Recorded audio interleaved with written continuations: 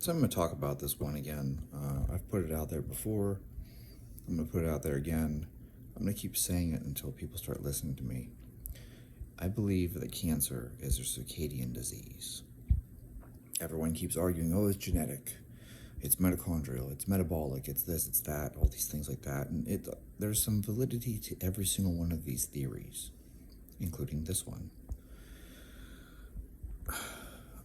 Let's just take a look at the most basic evidence that anyone can understand, rather than getting into weird things like, AMPK and mTORC1, mTORC2, and, these IGF-1 pathways and AMPK, and we can geek out on all that stuff later. Let's just look at the fact that chemotherapy is more effective whenever it's dosed first thing in the morning. So if you administer chemotherapy agents first thing in the morning, it's more effective at killing cancer cells. Also, we know that melatonin has this inhibitory effect, so while you're sleeping, it appears that melatonin is actually suppressing the tumor growth and the proliferation of tumor cells. And then we also know that cancer is worse at night.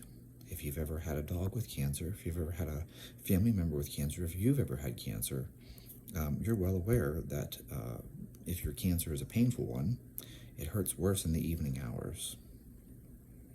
It's not that bad in the morning, and that by the afternoon it hurts. By the evening it really hurts. And like if you have a dog with bone cancer, for instance, they can walk around just fine in the morning, and then by the time it's the afternoon and the evening, they're limping and they can barely walk because their bones hurt. Bone cancer is particularly painful, and it's most painful in the later hours of the day. Why would that be? Well, obviously it's circadian. Just like I pointed out, the chemotherapy agents are more effective when they're dosed first thing in the morning. So it would appear that the cancer is suppressed while you're sleeping due to melatonin. Then you wake up and it hasn't really ramped up yet. Think of an engine warming up. And then as the day goes on, it ramps up so that by the evening hours you're in pain and it's more aggressive. It's spreading at that time. And then, of course, you go to sleep and the melatonin inhibits the process. And so there's a circadian rhythm to cancer. And it is my belief, my very strong belief, that cancer is a circadian disease. In addition to that, we know that people that work night shift,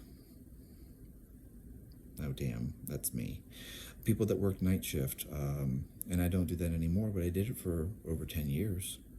That's considered a carcinogen. If you work night shift, if you do shift work, that is a major factor in whether or not you will develop cancer.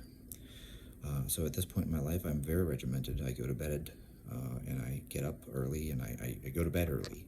I go to bed early. That's the important part. I don't pull that bullshit of go to bed at midnight and get up at 4 a.m. No, you go to bed early. And I believe very strongly that the link between shift work, night work, etc., and cancer is something that people should be very mindful of. And if nothing else, that is further evidence that cancer is in fact a circadian disease.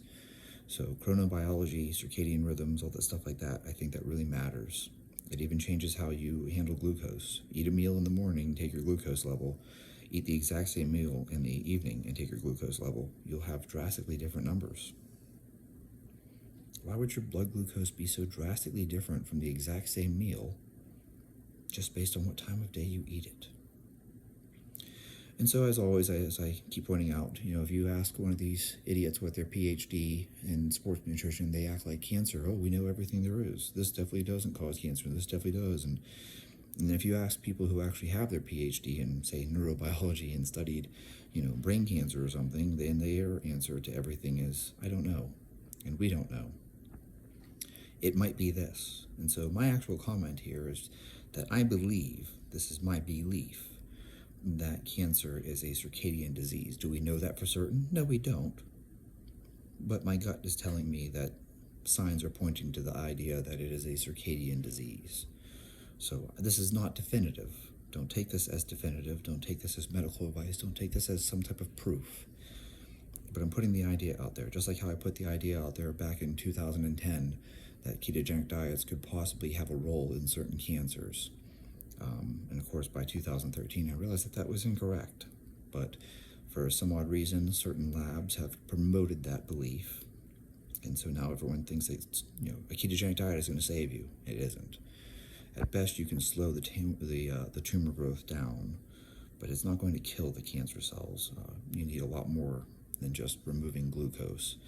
Not to mention that a lot of cancers will actually switch to oxidative phosphorylation.